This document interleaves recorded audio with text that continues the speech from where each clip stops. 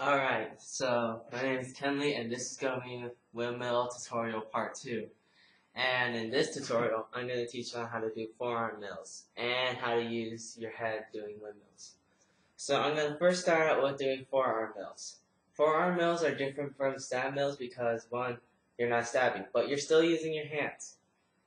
And people prefer to use these as their normal windmills rather than stab mills because forearm mills contain more speed in them, and this is because you're not taking the time to stab. So in forearm mills, your arms are going to be like this, not stab, but sort of crunched with your body, and they're not going to be.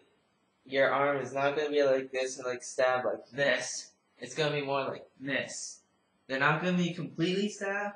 It'll look sort of like it, but your hands are going to be touching the ground. They're not going to be stabbed at all, but they're going to have like sort of a look like it, but they're just going to be sort of crunched like this. And this is because you're going to still be collapsing onto your forearm.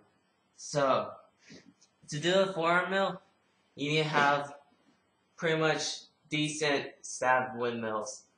And with that, you'll be able to get the idea of like the swinging motion.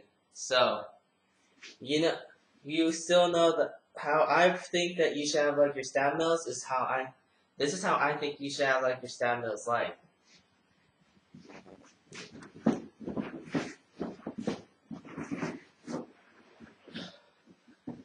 And I prefer that your stab mills should look something like that.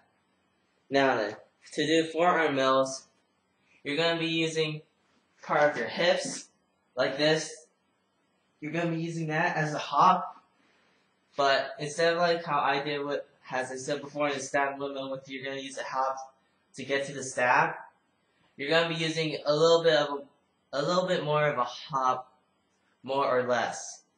And with this hop, you're going to be not exactly doing this whole movement of this, so just trying to get yourself up, but that hop is going to be what gives you the height to get onto your hands like this and then collapse down. So right when you're in this position, you're going to be swinging your right leg down then up like your normal windmill. And this is pretty much how you're supposed to do a forearm mill. Now there might be some difficulty in this in the fact that you don't know how to like use your hips to like get you up, but I will practice getting that motion down, get the whole moving your hips up and using to get you up. And as I said before, when you're using your hips, also use like your legs as well to get you up. So don't just think of just like the hip movement. Think of also like your legs, because I also said before, use your right leg if this is your swinging leg. So when you're doing this, you'll be using your hips to go up, but also your right leg as well to go up, and it's to swing you up around. So try and like do it like this. So it'll be swinging up, then down, just like your windmill. And with that, this is how your forearm mills are supposed to look. Sorry. I scratched the carpet with my knee.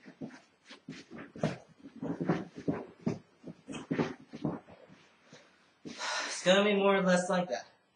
Now, the second part of this tutorial is going to be learning how to do it with your head.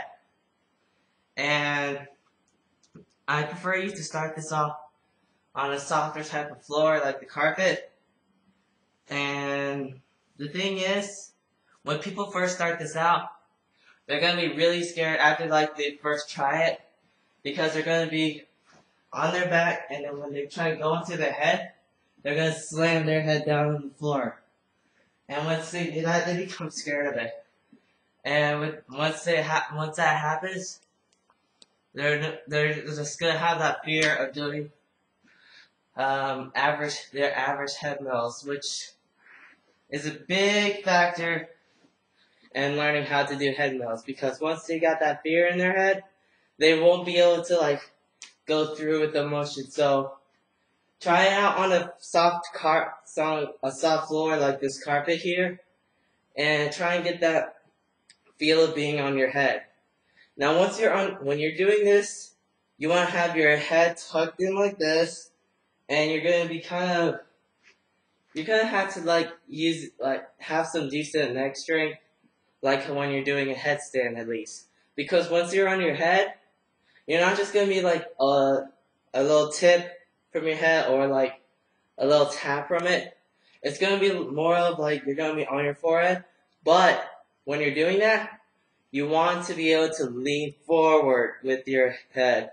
And with that, that's because you're gonna be putting some weight on your head, which will be needed because you're gonna have to do headstands. And with that, you should be able to like get the feel of like the type of pressure that's going to be on your head. Because if you're going to be using your head, you have to lean forward and try and like tip over, like balance more onto your head. Because with that, you'll be able to have more air time, which will be able to help you swing with your legs. And using your head for no-handed windmills, such as munch mills or barrel mills, is a lot easier because you're going to have that extra air time to go twist with your body or to have your legs still up in the air without touching the ground.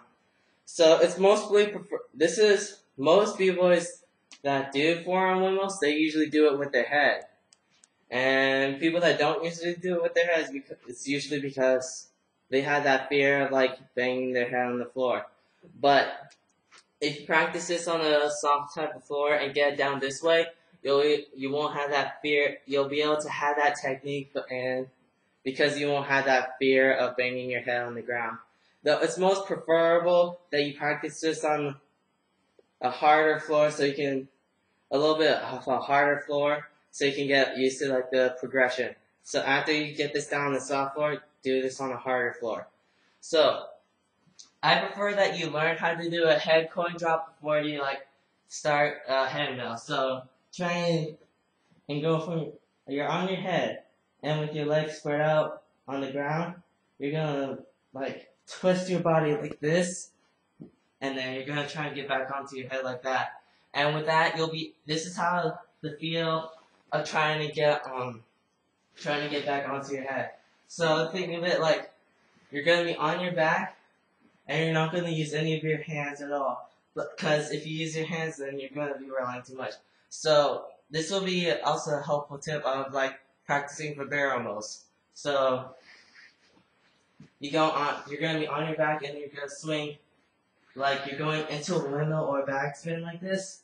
But once you do that, you're gonna use your hips to push you up with your right leg as well, and then you're gonna try and go onto your head like that.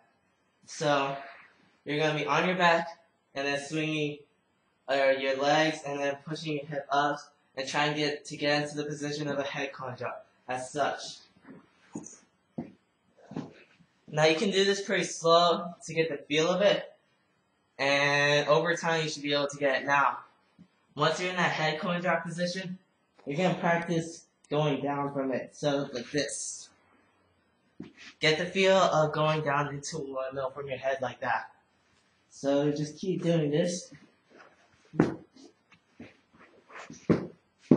Get the feel of that head coin drop. And try and get the feel of like bouncing from your back and back onto the head coin drop position. And once you have that, you should be able to get the windmill. It's still all the same movement of using your legs.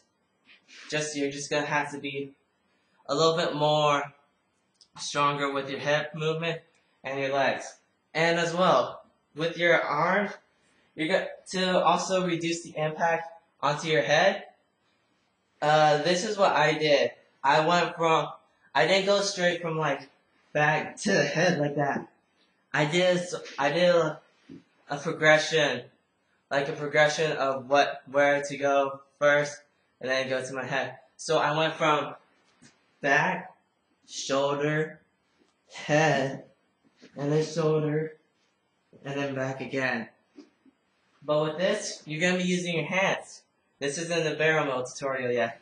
So since you're using your hands, you get to go shoulder, hand, and head at the same time. And then you're going to be going back to your forearm and then shoulder.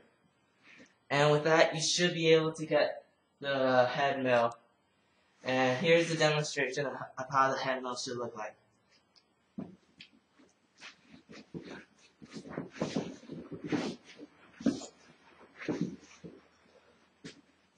And with that, that is the head mill tutorial. So if you have any more videos